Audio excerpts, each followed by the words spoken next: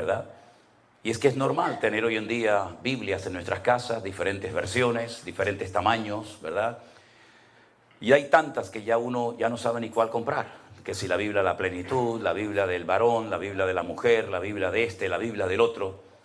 Y es una bendición el poder tener la palabra de Dios en nuestras manos, en nuestro propio idioma. Pero antaño, no hace mucho tiempo, era un delito, era condenado bajo pena de muerte. Y muchos hermanos nuestros dieron su vida para que pudiéramos tener la palabra de Dios en nuestro propio idioma. Y no tuviéramos que recurrir a sueños, ni a visiones, ni a mí me parece, yo siento, yo creo, sino ¿qué es lo que dice nuestro Dios? Leyendo la palabra de Dios, vamos a descubrir la esencia de Dios. ¿Cómo es? ¿Qué siente? ¿Qué quiere? ¿Qué le molesta? ¿Qué le agrada? La primera letra de la Biblia que aparece en el libro del Génesis en hebreo es una letra que se llama la letra Bet, que es una letra que significa casa. Es una letra que son 4 preposiciones. No se puede traducir las 4 preposiciones al mismo tiempo. Casidoro de Reina tuvo que escoger una, en, pero podía ser entre, o otra más, ¿verdad? Y la última letra de lo que conocemos como la ley, que es el libro de Deuteronomio, que se ha leído esta tarde una pequeña porción, es la letra Lamed. Si ustedes juntan esa primera letra del Génesis y la última letra del libro de Deuteronomio, juntamos o hacemos la palabra Lev. ¿Y saben lo que significa Lev? Corazón. Cuando usted lee la palabra de Dios, usted se mete y descubre el corazón de su Dios. No hay nada peor que conocer poco de nuestro Dios y de su palabra. Por eso el énfasis prioritario que le damos a la gente que se ha convertido en este tiempo es que desarrollen su comunión diaria y personal con el Señor. A través de su palabra usted puede conocer las intenciones del corazón de Dios. Y hay muchos ejemplos, no voy a hablar de esto en esta tarde, esto es simplemente una pequeña introducción. Cuando tengan que irse me avisan, porque yo cuando empiezo tengo un problema y es que no sé cuándo terminar. Pero como tengo 8 horas de diferencia, me imagino que estoy en España y juego con un margen de 8 horas, ¿no? Así que discúlpenme si me extiendo demasiado. Pero tenemos casos en la Biblia de personas que nunca leyeron la Biblia. Nunca. No fueron nunca a un culto, no tuvieron un pastor, no iban a la escuela dominical de niños, nunca fueron a ningún campamento cristiano. Pero ellos conocían la esencia de Dios. Por ejemplo, tenemos al joven José. Yo veo que hay jóvenes en esta tarde aquí. Y fíjense que cuando José fue vendido por sus propios hermanos y apareció y dio con sus huesos en Egipto y posteriormente en la cárcel, él nunca había leído la Biblia, no se había escrito ni una letra de la Biblia. Todavía Moisés faltaban cientos de años para que naciera. Pero cuando a él lo compra un señor llamado Potifar, ¿se acuerdan? Es curioso, ¿no?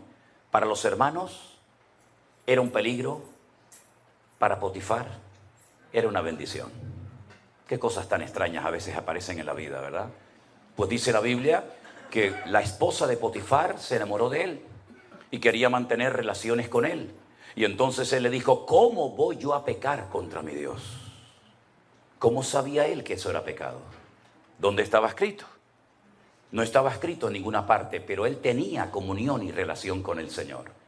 Y cuando tú tienes comunión y relación con el Señor, tú conoces el corazón de tu Dios, ¿sí o no? Él no necesitaba leer la Biblia. Cuando el Señor le dijo a Abraham, sal de tu tierra y de tu parentela, él no dijo, ¿me habré inventado esta voz? ¿Será producto de mi imaginación? No le voy a hacer caso a esta voz. Él sabía que era Dios el que lo estaba llamando. Y lo dejó todo, dice la Biblia, sin saber a dónde iba. Tiempo más tarde, cuando tiene un hijo, la Biblia dice que el Señor le pide en sacrificio a su hijo. Y él podía haber dicho, Señor, ¿me lo prometiste? ¿Me lo diste? Y ahora me lo pides en sacrificio. No puede ser la voz de Dios. Dios nunca le ha pedido a nadie el sacrificio de un hijo. Pero él no cuestionó a Dios. Él caminó 3 días sin parar desde Beersheba, al sur de Israel, hasta Jerusalén, el monte Moriah, para sacrificar a su hijo. Porque él sabía que el Dios que lo había llamado de Ur de los Caldeos para ir a la tierra prometida era el mismo Dios que ahora le estaba pidiendo a su hijo que lo sacrificara sobre un altar en el monte Moriah. ¿Cómo lo sabía? Por la comunión, por la relación que tenía con el Señor.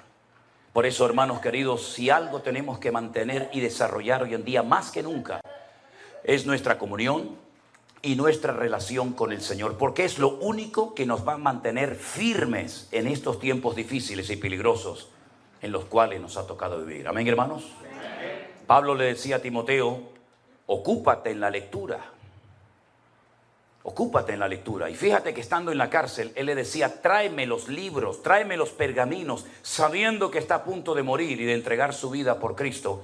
Él todavía tenía anhelos de prepararse, de instruirse, de tener material para poder seguir preparándose como siervo del Señor. No hay nada peor que un cristiano ignorante.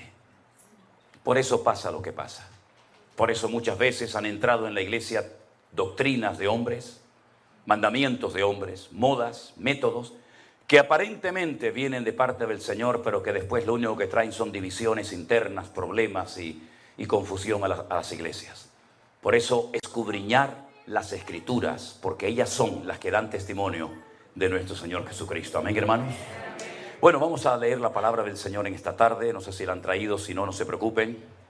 Yo quisiera leerles en esta tarde una historia muy bonita, una historia muy interesante de un hombre que se encuentra en el Evangelio de Lucas, capítulo 19. Evangelio según San Lucas, por favor, el capítulo 19, a partir del versículo 1 en adelante. Es la famosa y hermosa historia de Jesús y Zaqueo. Un poquito de agua tiene por ahí. Aquí, ahí está. Ok, gracias. Gracias, gracias. Lucas capítulo 19, versículo 1, dice así. Habiendo entrado Jesús en Jericó, iba pasando por la ciudad. Y sucedió que un varón llamado Zaqueo, que era el jefe de los publicanos y rico, procuraba ver quién era Jesús, pero no podía. No podía a causa de la multitud, pues era pequeño de estatura. Corriendo delante, subió a un árbol sicómoro para verle, porque había de pasar por allí. Cuando Jesús llegó a aquel lugar, mirando hacia arriba, le vio y le dijo, Zaqueo, date prisa, desciende, porque hoy es necesario que yo pose en tu casa. Entonces él descendió a prisa y le recibió gozoso. Al ver esto, todos murmuraban diciendo que había entrado a posar con un hombre pecador. Entonces Zaqueo, puesto en pie, le dijo al Señor, Señor, la mitad de mis bienes se la voy a dar a los pobres. Y si en algo he defraudado a algunos, se lo devuelvo cuadruplicado. Versículo 9. Jesús le dijo, hoy ha venido la salvación a esta casa, por cuanto él también es hijo de Abraham. Y terminamos con el versículo 10 que dice, porque el Hijo del Hombre vino a buscar y a salvar lo que se había perdido. ¿Cuántos dicen amén? Amén. Gloria a Dios. Cuando el pueblo de Israel sale de la esclavitud en Egipto, después de casi 400 y pico de años de esclavitud allí, y lograron salir a través de Moisés, como bien saben ustedes, en la noche que celebraron por primera vez la fiesta de Pesaj o de la Pascua, estuvieron a punto de llegar a la tierra prometida y tomar posesión de aquel país virgen que era para ellos. Pero dice que por desobediencia y por incredulidad no pudieron entrar a tomar posesión de la tierra. Se quejaron, ¿se acuerdan? Lloraron amargamente en sus tiendas. Moisés había mandado un hombre de cada tribu, en total 12. La palabra que aparece ahí no es la palabra espías, sino la palabra exploradores. Vayan y gócense y disfruten del país tan lindo y tan hermoso que el Señor nos ha entregado. Están 40 días reconociendo el país. Cuando regresan, la Biblia dice que la gente estaba con la expectativa, con la ilusión de recibir aquel informe. Desanimaron al pueblo. Le dijeron, la tierra traga a sus moradores.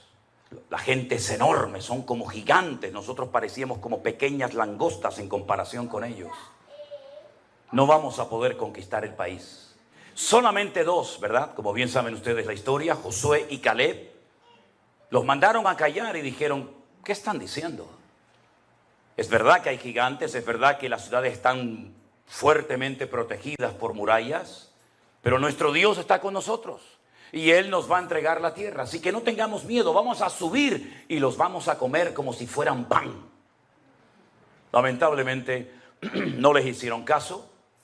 El Señor les dijo: 40 días habéis estado recorriendo la tierra a día por año. 40 años dando vueltas en el desierto hasta que toda esta generación de incrédulos desaparezca y Dios levante una nueva y fresca generación sin vuestros temores, vuestros traumas, vuestros complejos, y que se atrevan a tomar posesión de la tierra que fluye leche y miel, la tierra de Canaán. Pasaron 40 años, murieron miles de hombres en el desierto y después vuelven otra vez a la frontera de la tierra prometida. Ahí la tienen enfrente y entonces Josué toma una decisión. En esta ocasión no manda exploradores. En esta ocasión manda 2 espías. 2 espías que tienen que pasar desapercibidos. 2 espías que no van a cara descubierta para que todo el mundo los conozca y los vea. Tienen que pasar desapercibidos para que traigan un informe a Josué de cómo es la ciudad de Jericó. Si ustedes han ido a Israel, los que han ido conmigo lo saben perfectamente. Tenemos el río Jordán como frontera natural que divide lo que hoy en día se llama Jordania, antaño Moab, de Israel. Y nada más cruzar ese río, que en ese lugar del país es muy estrecho, inmediatamente enfrente te encuentras la enorme y gigantesca ciudad de las palmeras o la ciudad de Jericó.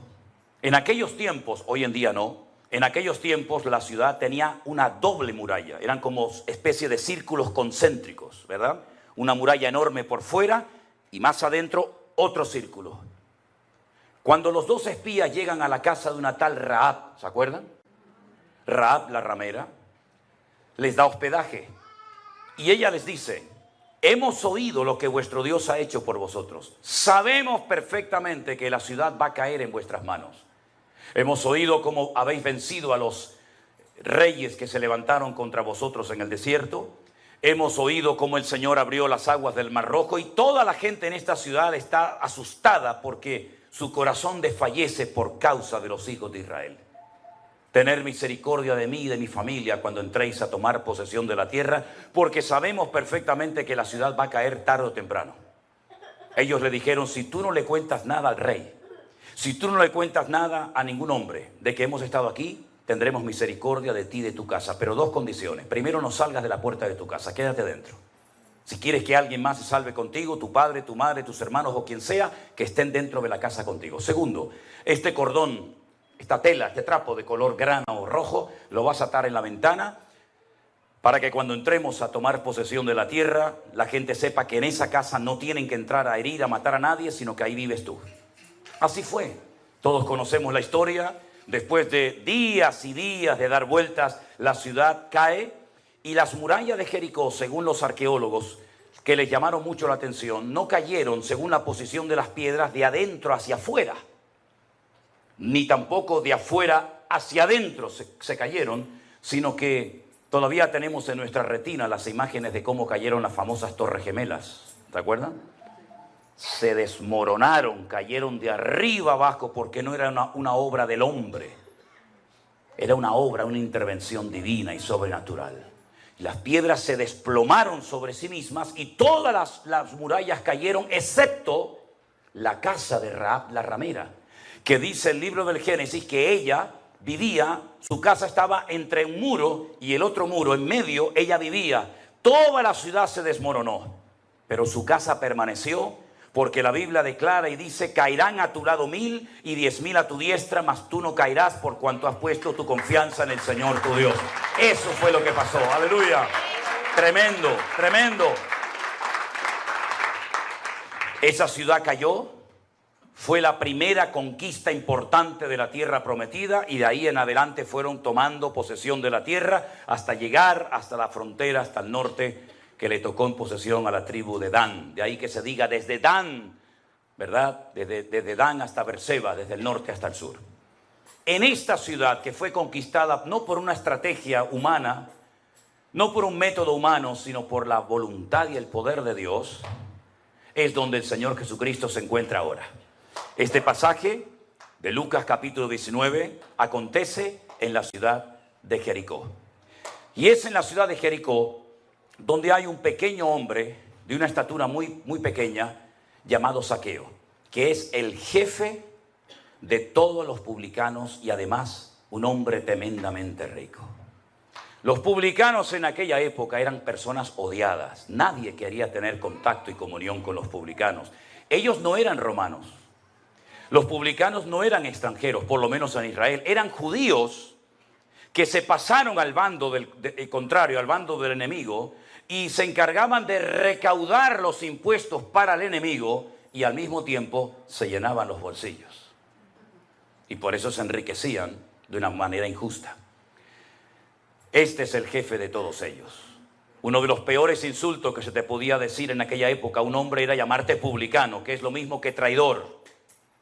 Traidor, recaudando, sacando el dinero, robándonos el dinero, nuestros ahorros, nuestros recursos, para dárselos al imperio romano, al enemigo. El Señor Jesucristo llega a la ciudad de Jericó porque fue conquistada milagrosamente por el poder de Dios y este hombre lo quiere ver, pero dice la Biblia que es muy pequeño de estatura. No lo puede ver, no se desanima, no se deprima, no dice, bueno, total, ¿qué más da? Sino que sale corriendo, se sube a un árbol sicómoro. De hecho, el árbol sicómoro más famoso de Israel justamente está en Jericó. Los turistas van y se sacan fotografías al lado de un árbol sicómoro. ¿Y qué es un árbol sicómoro? Ustedes saben que para trepar, para subir a un árbol, a veces uno tiene que poner una escalera, porque las ramas están muy altas, pero el árbol sicómoro no. El árbol sicómoro es muy fácil treparlo, es como si fuera una escalera, porque las ramas empiezan desde abajo, así. Y entonces usted va pisando la primera rama, la segunda, la tercera, y enseguida se ponen en 4, 5, 6, 7 metros muy fácilmente, porque las ramas son muy anchas, muy fuertes y empiezan desde el suelo. Y eso fue lo que hizo Zaqueo. Trepa a lo alto del árbol sicómoro para ver el rostro, para conocer al Señor Jesucristo, que ya en aquellos tiempos era muy famoso, porque él se dirigía a Jerusalén. No se olviden, el camino que va de Jericó hasta Jerusalén son 35 kilómetros. Era el camino por el que iban los sacerdotes. Los sacerdotes vivían en Jericó y cuando les tocaba subir a Jerusalén una semana a ministrar, salían por ese camino, llegaban a Jerusalén y a la semana volvían a su casa y subía otro turno de sacerdotes. Se conocía como el camino de la sangre, porque la gente sabía que los peregrinos iban con sus diezmos, con sus ofrendas, con sus aportaciones a la casa de Dios, y entonces los ladrones se apostaban en el camino para saltearlos. La famosa historia del samaritano, ¿se acuerdan? El buen samaritano, ¿dónde se lleva a cabo? Ese hombre que es herido, que casi lo matan, en el camino que desciende de Jerusalén hasta Jericó. Zaqueo lo que hace es que está esperando pacientemente para ver el rostro del Señor Jesucristo, y para sorpresa de él, Jesús no sigue de largo, sino que se detiene al pie del árbol y le dice, Zaqueo. Fijaros que lo llamó por su propio nombre. Es que nuestro Dios conoce absolutamente todo. No le tuvo que decir, ¿qué haces allá arriba? ¿Cómo te llamas? ¿Cuánto tiempo llevas allá arriba? Es que lo que nadie sabe y conoce en esta vida, nuestro Dios lo conoce perfectamente. Él nos conoce desde el vientre de nuestra madre. Él sabía que tú ibas a nacer. No es casualidad que tú hayas nacido. Se quedaron millones de futuros o de posibles hermanos nuestros por el camino. Se quedaron por el camino millones de niñas como tú, pero no llegaron a la meta. Pero el Señor permitió que tú llegaras a la meta. Y cuando eras así una cabecita prácticamente que hay que mirarla por un microscopio, tú llegaste porque el Señor te diseñó desde el vientre de tu madre para que tú vivieras de gloria en gloria, de victoria en victoria y de bendición en bendición. No es casualidad que hayas nacido. Al contrario, hay un propósito, hay una razón de ser. Si cuando no eras nada sin Cristo llegaste el primero a la meta, imagínate ahora que el Señor está contigo como poderoso gigante. Nadie te podrá hacer frente en todos los días de tu vida. ¿Cuántos dicen amén? El Señor Jesucristo le dice, baja, Zaqueo, ven. yo hoy quiero comer en tu casa. Claro, para muchos fue un escándalo, porque hay personas, cristianas evangélicas también, que ya creen que lo saben todo. Tienen sus esquemas. Esto está bien hacerlo en la iglesia, pero esto no. Porque te educaron, te criaron como que tú eres el que controlas. Tú eres el que sabes. Y entonces, en cuanto se sale el programa del protocolo o del horario, o el predicador no sé qué, o el músico, enseguida nos ponemos nerviosos. Y por eso muchas personas en la época del Señor Jesucristo se ponían nerviosos cuando, por ejemplo, veían que iba a entrar a la casa de un publicano, de un traidor. Porque no les cabía en la cabeza que el Señor, si era tan santo y tan sabio, entrara a comer a casa de un pecador. Pero ¿para qué vino el Señor Jesucristo a este mundo, mi hermano? ¿Para darle una palmadita en la espalda a los religiosos y que sigan con su fariseísmo y con su hipocresía? ¿O Él vino a buscar y a salvar lo que se había perdido? Porque es muy fácil ser cristiano aquí adentro. Pero es que yo he visto un montón de gente durmiendo ahí en la vereda de esta calle, que de alguna manera habrá que ir a alcanzarlos para Cristo, o por lo menos evangelizarlos en algún momento. Pero no le lleve una Biblia a un muchacho que está enganchado a la droga, a la heroína, a la cocaína, al crack, que está pasando frío, hambre. No le lleve una Biblia porque no le va a servir de nada. Llévele un pan, llévele un café con leche y después le regala la Biblia. Primero vaya a lo natural y luego vaya a lo espiritual. Pero si va a lo espiritual, una persona que está enganchado al mundo, que el diablo lo tiene en sus manos, la Biblia en ese momento ni siquiera la va a apreciar. Lo que va a utilizarla es arrancando la Biblia para hacerse canutos de marihuana y fumárselos, como muchas veces ha sucedido. Entonces Jesús entra en la casa de Zaqueo, el publicano, porque es la persona más representativa de la ciudad en cuanto a los pecadores se refiere. Ahora, fíjese qué interesante, ocurren cosas que si usted no conoce un poquito la ley del Antiguo Testamento le van a resultar sorprendentes. Jesús entró en su casa, no fue solo, sino que fue con 12 hombres más, sus 12 discípulos, ¿verdad? No abre la boca en ningún momento, no dice absolutamente nada, no le reprocha a Zaqueo absolutamente nada. Nosotros a veces, algunos cristianos tienen la manía, la mala costumbre de cuando entra un pecador a la iglesia, una persona de la calle, queremos en 5 minutos cambiarle la vida. Y no lo bautizamos ahí mismo porque no hay posibilidad, si no hasta lo harían. Que si huele mal, que si lleva una virgen o un crucifijo colgado en el cuello, que si va en sandalias o descalzo. Tranquilos, la obra no la vas a hacer tú. La obra la va a hacer el Señor. Porque si la haces tú, la obra va a durar lo que dura el culto. Pero si la obra la hace el Señor, va a durar por la eternidad. Entonces,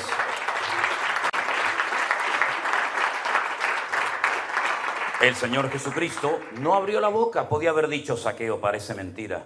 Somos judíos. Has ido a la sinagoga desde niño. Estás circuncidado como buen judío que eres. Y te has dedicado a servir al enemigo. ¿Qué has hecho con tu vida? La has tirado por la borda. No abrió la boca. Pero la presencia del Señor cambia a la gente. Y entonces hay un momento en la comida que Zaqueo, dice versículo 8, se pone de pie. Cuando una persona en la Biblia se pone de pie, es porque va a decir algo importante. Era la forma de la época. No había micrófono, no había megafonía. Entonces un hombre, una mujer se ponía de pie y todo el mundo guardaba silencio, porque algo importante va a decir. Él se pone en pie y dice: Señor. Lo llama Señor. En hebreo hay 2 palabras para la palabra Señor. Una es la palabra Baal. Sí, Baal. La del ídolo, sí, Baal.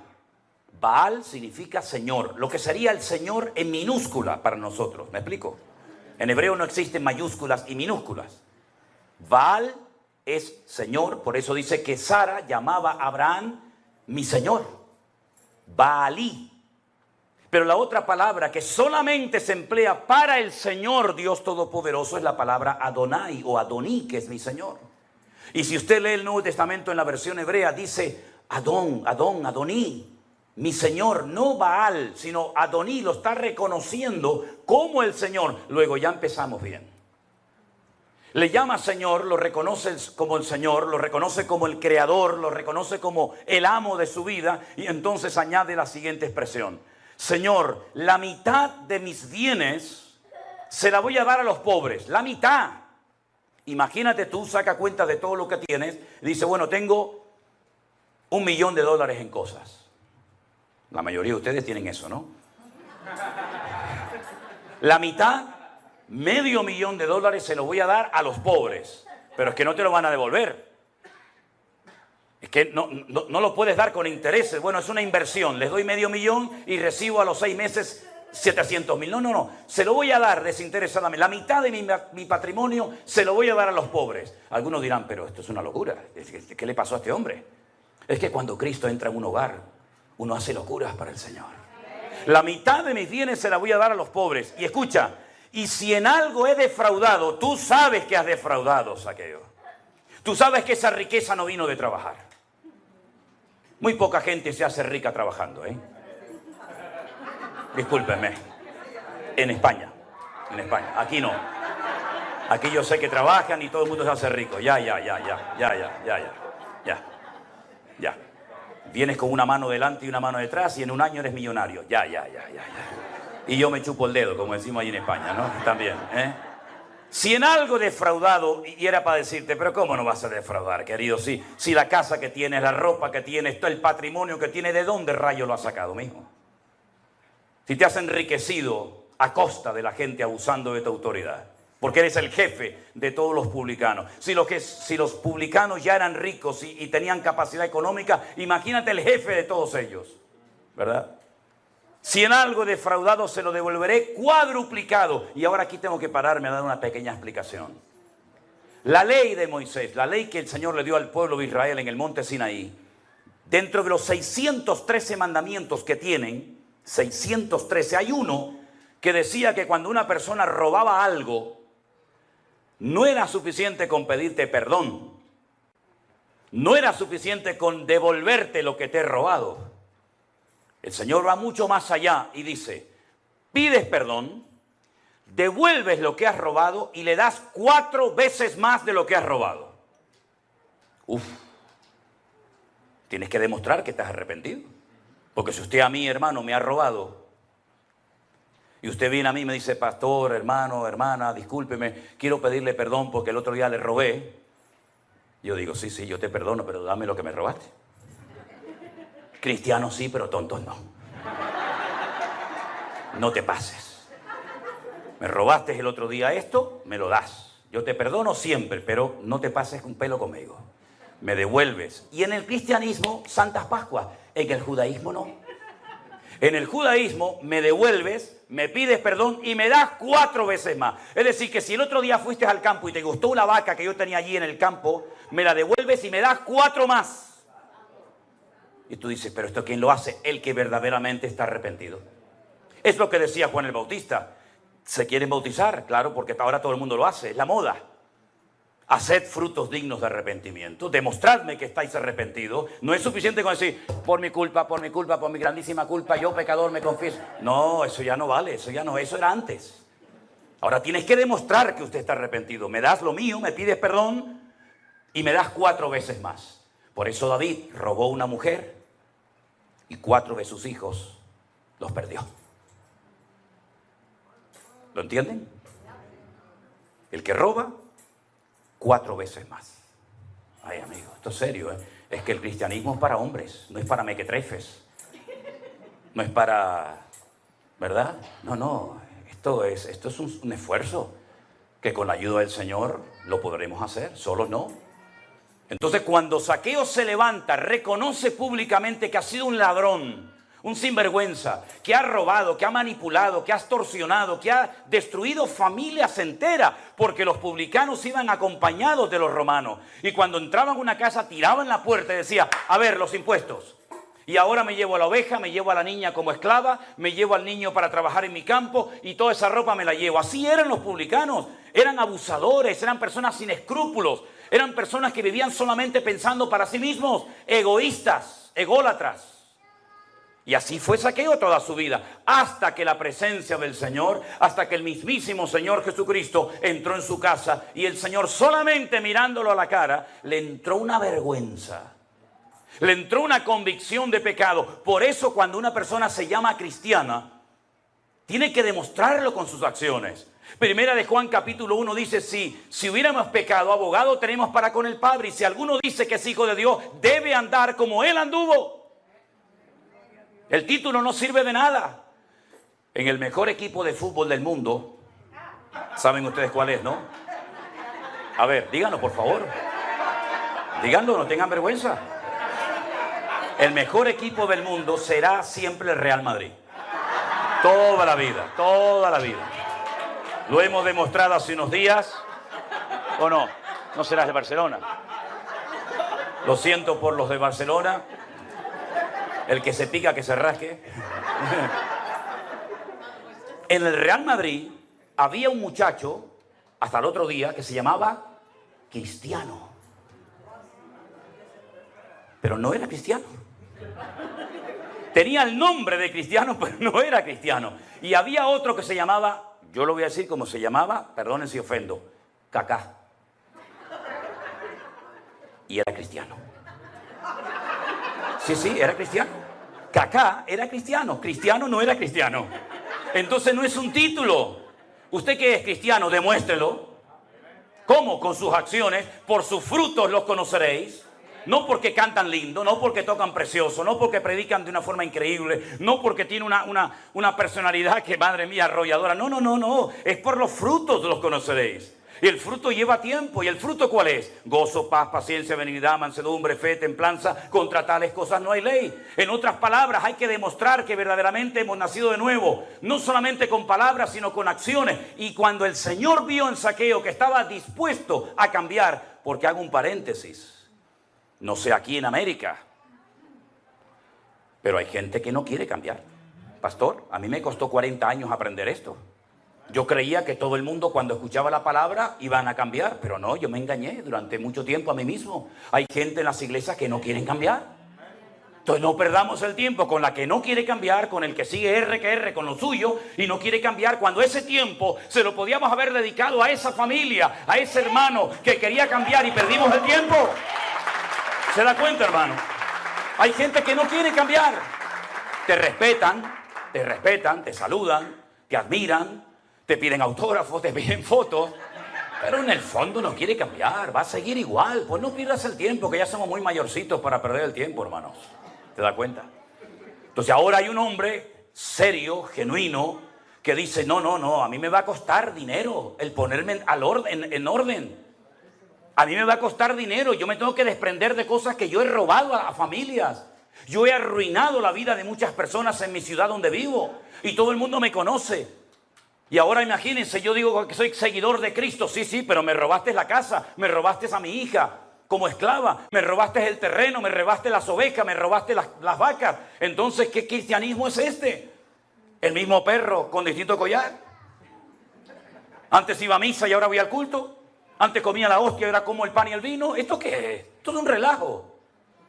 Pero entonces el Señor, cuando ve que va en serio y dice, ahora reconoces que has defraudado. Qué cosa curiosa. Es que el Espíritu de Dios viene a convencer de pecado. Entonces ahora, al final de la larga conversación y de la comida, ahora sí habla el Señor. Por eso hay algunas Biblias, como ustedes pueden comprobar, que cada vez que habla el Señor las palabras aparecen en color rojo. ¿Sí? En este caso es así. Y ahora yo voy a leer las palabras que aparecen en rojo, después de haber escuchado a Zaqueo, y dice así, el Señor: hoy ha venido la salvación a esta casa, por cuanto él también es hijo de Abraham. Porque el Hijo del Hombre vino a buscar y a salvar lo que se había perdido. La bendición viene después del arrepentimiento. La bendición viene al hombre y a la mujer obediente, no al que quiere beneficiarse del Evangelio sin pagar el precio, sin pasar por la cruz. Se ha pervertido de tal manera el Evangelio que se le ofrece al pecador, se le ofrece al desobediente todo a cambio de nada. Venga adelante, oramos por usted para que reciba la unción del Señor. ¿Y para qué la quiere? ¿Para pecar? para seguir en desobediencia? Venga adelante y el Señor le va a sanar. ¿Para qué? ¿Para que te vayas al bar otra vez a emborrachar? No, venga a la iglesia, como dicen algunos hermanos. Venga a mi iglesia que oran por usted y el Señor le resuelve todos los problemas. ¡Falso! No es verdad. Hay problemas que yo tengo porque soy cristiano, que si no fuera cristiano nunca los habría tenido. Entonces usted dirá, ¿y entonces cuál es la diferencia, hermano? Si yo vengo a la iglesia y tengo problemas y tengo dificultades, es muy clara la diferencia. Que antes sin Cristo me volvía loco. La gente recurría a magos, astrólogos, adivinos, tarot, cartomancia, horóscopo, etcétera, etcétera. Y ahora todo lo puedo en Cristo que me fortalece. Y cuando clamo, Él me responde. Fuerte ese aplauso a Él. ¡Aleluya! ¡Gloria a Dios! Ese es nuestro Dios. No se sienta mal si está enfermo y el Señor no lo ha sanado. No pasa nada. No pasa nada. Aunque te sanara, te vas a morir igual. ¿O no? Porque a mí me hace gracia. Todo el mundo quiere ir al cielo, pero nadie se quiere morir. Pues para ir al cielo hay que morirse, mijo. A menos que el Señor nos lleve en el rapto, que no sé si estaremos allí. ¿Verdad? Oye, yo conozco un hombre, y usted también lo sabe de quién estoy hablando. En una semana enterró a los 7 hijos. Eso tiene que ser terrible, hermano. Terrible. 7 muchachos enterrados en una semana. No te quedó ni uno. Y los animales y las cosechas. Y hasta la mujer se le puso en contra. Y le dijo, muérete de una vez y maldice a Dios. Y los amigos vinieron más que para animarlo, para hundirlo más todavía de lo que estaba. ¿Verdad? Y la carne se le empezó a descomponer como si tuviera una sarna, una lepra maligna. Se le caía a trozos la piel. Daba asco, repugnancia estar al lado de ese hombre. Y la gente decía, pero si es tan bueno, si es tan santo, si ora tanto, ¿por qué vive así? Y cuando peor estaba, se levanta y dice, ¿saben una cosa? Aunque mi Dios me mate, no voy a dejar de adorarlo. Porque yo sé que mi Redentor está vivo y yo lo veré a Él con mis propios ojos. ¡Aleluya! Esa es un hombre de fe y de autoridad y de madurez en el Señor. Y ese es el cristianismo que hoy en día se necesita ver en las iglesias hoy en día. No gente que ante cualquier cosa ya se cambian de iglesia. No gente que como Dios no me ha sanado, yo me enfado con Dios. Y hay que ser ignorante para enfadarse con un Dios tan bueno. Porque hay una cosa que yo nunca lograré entender, por lo menos en esta vida. Y es que el hecho de enamorarnos nosotros de Dios es lógico. ¿Cómo no se va a enamorar uno de un Dios tan bueno, tan misericordioso como el que tenemos? Que me ayuda, me bendice, me levanta, me restauró. ¿Cómo no me voy yo a enamorar de Él? Pero lo que no entiendo, mis queridos hermanos, es cómo Él se enamoró de nosotros. Eso es lo que yo no entiendo. Sinceramente es como cuando uno ve esos bellezones de mujer que se casan con un tío tan feo que yo digo, ¿pero qué le vio? ¿Qué le vio? Pero si esta mujer podía llevarse al que quisiera. Pues el Señor escogió a lo vil, a lo menospreciado, al mentiroso, al borracho, al desobediente, al traidor, al fornicario, porque de tal manera amó Dios al mundo que ha dado a su Hijo unigénito para que todo aquel que crea en Él no se pierda, mas tenga vida eterna. Apláudale fuerte al Rey. A Él la gloria. Aleluya. Aleluya. Zaqueo, ¿quién iba a ser amigo de Zaqueo? ¿Quién se iba a meter en la casa de este desgraciado? Solamente el Dios de amor. Y le cambió la vida como nos la cambió a nosotros. Y por eso cuando yo entendí esto, cuando yo fui por primera vez en mi vida a una iglesia evangélica y comencé a ir, y un día y otro día y un domingo y otro domingo, y mi padre, que siempre se pegó años preguntándome, Manolo, ¿tú qué vas a hacer en la vida? ¿Tú qué vas a hacer? Estás con tus coches, con tus motos, con tus bicicletas y con tus historias. ¿Tú qué vas a hacer en la vida? Yo decía, lo estoy pensando, papá. Cuando yo un día le dije a mi padre, quiero hablar contigo, papá, y me encerró en la habitación y me dijo, a ver, siéntate ahí, ¿qué me quieres decir? Digo, papá, ya sé lo que quiero hacer en la vida. Y me dice, hombre, bendito sea Dios. No se persignó porque era cristiano, si no se hubiera persignado en aquel momento. Y le digo, papá, yo quiero servir al Señor, quiero ser pastor. Me dio una bofetada con la mano abierta que no me dobló la cabeza de milagro. Me dijo, ¿cómo? Tú, pastor, hazme el favor, hombre. Esto es una cosa muy seria. No me hagas pasar vergüenza con los hermanos de la iglesia. Tú no sirves para esto. Y me empezó a dar ahí un sermón, ¿verdad? Con 18 puntos, conclusión, ¿verdad? Y todo lo que quiera. Pero yo estaba convencido de que si esto es verdad, si este libro que lo escribió o lo inspiró el Espíritu Santo, que es matemáticamente perfecto, cuando Cristóbal Colón se levantaba por la mañana y se fue al rey Fernando de Castilla, Fernando de Aragón, Isabel de Castilla, y le dijo, majestades, quiero que me financien un viaje. ¿A dónde vas? Dice, voy a descubrir un nuevo mundo, un continente. Y le dijeron, ¿pero a dónde vas, tarado? ¿Dónde vas? ¿Qué nuevo mundo? ¿Tú no te das cuenta que aquí en España hay un pueblo que se llama Finis Terre? Aquí termina la tierra. Si te vas para allá, te vas a caer. Y él dijo, no. ¿Cómo que no? No. Y usted va a Sevilla y coge el diario personal de Cristóbal Colón. Y él leía la Biblia. Dicen que era judío. Y leían Isaías, el Señor, Dios Todopoderoso, Jehová de los ejércitos, está sentado sobre el círculo de la tierra. Y la gente decía, no es plana. Decía, no, es un círculo. Porque si fuera plana, veríamos constantemente el sol ir de un lugar a otro. Pero cuando sale por el este y se oculta por el oeste, y mañana me levanto y lo vuelvo a ver por allí, tiene que ser redonda la tierra. Si fuera plana, siempre lo veríamos de un lado para otro. La tierra es redonda, majestad, porque la Biblia lo dice. Y cuando encontramos en la palabra de Dios consejos para la familia, para los solteros, las viudas, los casados, para todo el mundo. Cuando yo descubrí que Dios había hecho hombre, se había hecho carne, y había muerto por mí en una cruz y habían metido en una tumba. Y bueno, pues fue muy bueno. Y ahí terminó. No. Ahí es cuando empezó todo. Al tercer día dice la Biblia que fueron a buscarlo y no estaba, la tumba estaba vacía. Y no es que habían robado el cuerpo, no es que se habían equivocado de tumba, no, sino que había resucitado, dice la Biblia. Y la piedra no se movió para que él pudiera salir, sino cómo va a salir. No. La piedra no se movió para eso. La piedra se movió para que tú entres y veas que la tumba está vacía.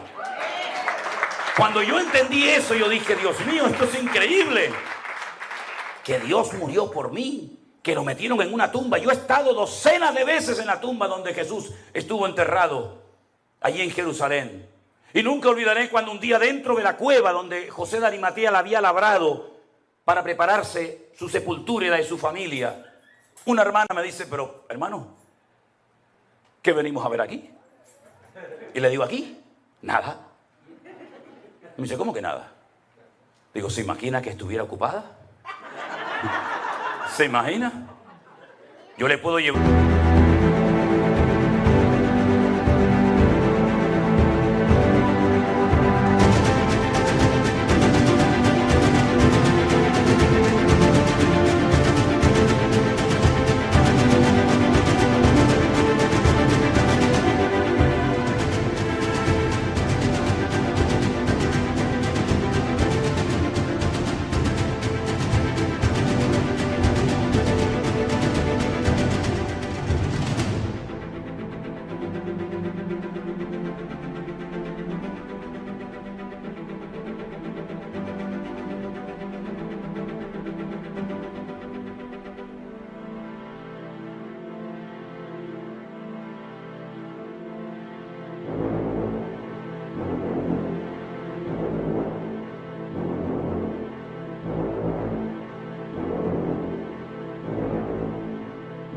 Al que quieran a la tumba del rey David, digo, mira, ahí está David Hamelech, el rey de Israel, el dulce cantor de Israel. Venga, te voy a enseñar la tumba de Abraham. ¿Quieres ver la tumba de Adán y Eva? ¿Quieres ver la tumba del patriarca Jacob, Isaac? Ven, te la enseño. ¿Quieres ver dónde está enterrada Raquel? ¿Quieres ver dónde está encerrado Zacarías? Te llevo. ¿Quieres ver la tumba de José? Pero la tumba de Jesús está vacía. Cuando yo dije, si esto es verdad, se lo tengo que contar a todo el mundo. Porque no todo el mundo sabe esta historia. Saben la historia de Semana Santa, de la religión muerta y vacía. Que tienen que llevarlo a cuestas. Que tienen que sacarlo y meterlo cuando no llueve. Porque cuando llueve, cuidado que se mojan y se echan a perder las estatuas. Tuvimos hace poco en una de las 7 islas Canarias, en una pequeñita que se llama La Palma, un volcán que hacía 50 años que no explotaba. Así, de la noche a la mañana, en décimas de segundo, ¡pum!, explotó el volcán. 3.000 casas las destruyó en pocos días.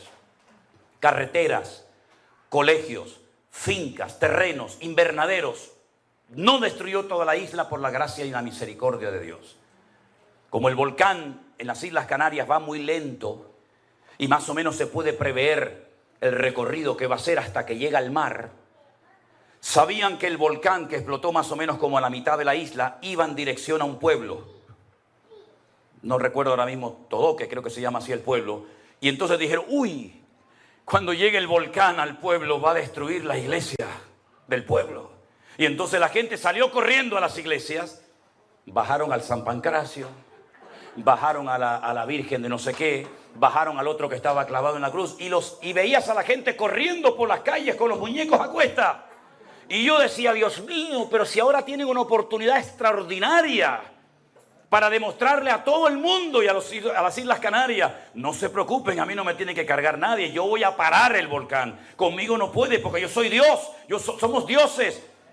Tienen ojos y no ven, tienen boca y no hablan, tienen pies y no caminan, tienen oídos y no oyen, y semejantes a ellos son los que los adoran. Pero sin embargo, nuestro Dios no hay que cargarlo en hombro. A nuestro Dios no hay que pegarle gritos, porque nuestro Dios dice, clama a mí y yo te responderé. Pedid y se os dará, buscad y hallaréis. Nuestro Dios oye, conoce y está con nosotros. Es El Shaddai. ¿Cuántos dicen amén? Y puede ser que en esta tarde haya alguien que dice, yo ese Dios no lo conozco. Claro, yo tampoco lo conocía. Yo conocía la religión que los españoles trajeron aquí, a América, y a México, y a Venezuela, y a Colombia. Yo conocía esa religión que venía con la ley, con la orden debajo del brazo de los reyes de España, que conquistaran la tierra, tomaran posesión de ellas, y los que se resistieran y no se quisieran convertir al catolicismo, le cortaran el cuello. Esa es la religión que vino de allá. Una religión que no funcionaba allí y la querían traer aquí. Una religión con la espada en una mano y con la cruz en otra. ¿Te bautizas? ¿Te haces católico? ¿No? El siguiente. Sí, venga, para adentro. Esa es la religión que tú heredaste. No la elegiste tú. Te la impuso tu papá, el abuelito y la abuelita. Esa religión no existía en la época de Jesús. Esa es la religión que viene del término religa, reluga, relegare, que significa atarse o volverse a atar otra vez. Jesús no era católico, tampoco evangélico. Jesús era judío, pero él vino enviado por el Padre para dar vida y vida en abundancia. ¿Conoces a ese Jesús? ¿Lo conoces? No lo sé. Ahora, yo ya he terminado, Yo no voy a seguir hablando más, podría hablar hasta mañana si quisiera. Pero ahora le toca a usted decidir qué va a hacer con lo que ha oído. Nosotros no venimos de España a que nos aplaudan, como ustedes comprenderán. Nosotros no venimos a España aquí de vacaciones. Hemos venido aquí para hablarte de mi Señor, el que me salvó, me liberó y me sanó. Si usted no conoce a ese Señor, hoy tiene la oportunidad de decir, como yo dije hace muchos años atrás, yo no creo en Dios, ni en pastores, ni en Biblias, ni en nadie. Pero si tú existes verdaderamente y puedes hacer algo por mí, yo te pido que me ayudes a cambiar, porque yo quiero conocerte. Bendita la hora que hice aquella oración. La hice con 17 años, voy a cumplir 61 años dentro de poco, y no me arrepentiré jamás en la vida de haberle entregado mi vida al Señor Jesucristo. ¿Usted lo conoce? ¿Lo quiere recibir en su corazón? Porque ¿dónde pone el hombre a Dios? ¿Dónde lo pone? Aquí en el cuello, en la cartera atrás te dice, no, mire, yo soy muy cristiano, mire, aquí lo tengo. Encima de la mesita de noche, encima de la cama, ese crucifijo enorme que como se le caiga un día a uno en la cabeza lo mata. Lo ponemos en todos los lados, menos donde tenemos que ponerlo, que es aquí adentro en el corazón. A mí me da igual dónde se vaya a congregar usted, si es aquí, allá o en ninguna. Yo no vengo a hacer publicidad de una iglesia. Usted ha vivido perfectamente sin mí toda su vida y yo sin usted. Por lo tanto, no venimos para hacer un negocio. No. Yo vengo para hablarte del Señor que me cambió la vida. Si usted quiere cambiar y pedirle perdón al único que le puede perdonar sus pecados, porque no hay hombre en el mundo que le pueda perdonar los pecados, ¿sabes? No hay pastor, reverendo, no hay nadie que te pueda perdonar tus pecados sino solamente Dios. ¿Y quién no ha pecado? Dígame. ¿Quién no ha pecado? ¿Aquí no has pecado nunca? A lo mejor has hecho cosas que ni tu mujer sabe que las hiciste. O tu marido, o tu hijo, o tu padre. Pero Dios es un Dios de amor que dio su vida en la cruz por ti para que si hoy tú quieres conocerle, lo puedas conocer y empezar tu vida nueva. Cierra tus ojos ahí donde estás, mi querido hermano. Yo quiero preguntar en esta tarde, ¿hay entre nosotros alguna persona que nunca le ha entregado su vida a Él, al Creador del universo, al Señor Dios Todopoderoso? Pero tú lo quieres hacer en este momento. Ahora es el momento de hacerlo. Ahora es el momento de decir, Señor, perdóname. Cambia mi vida, Jesús. Quiero conocerte. Me gustaría mucho poder orar por usted. Me gustaría mucho poder orar por ti. Simplemente tienes que levantar tu mano ahí donde estás.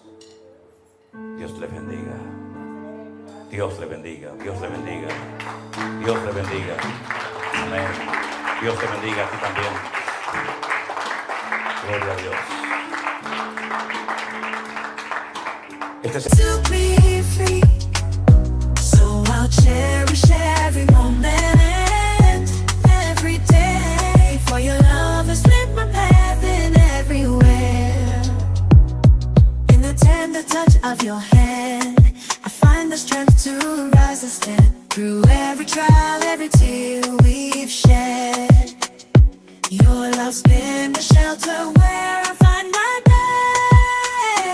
For your love's been my anchor in life's stormy seas, a beacon of hope guiding me to be free.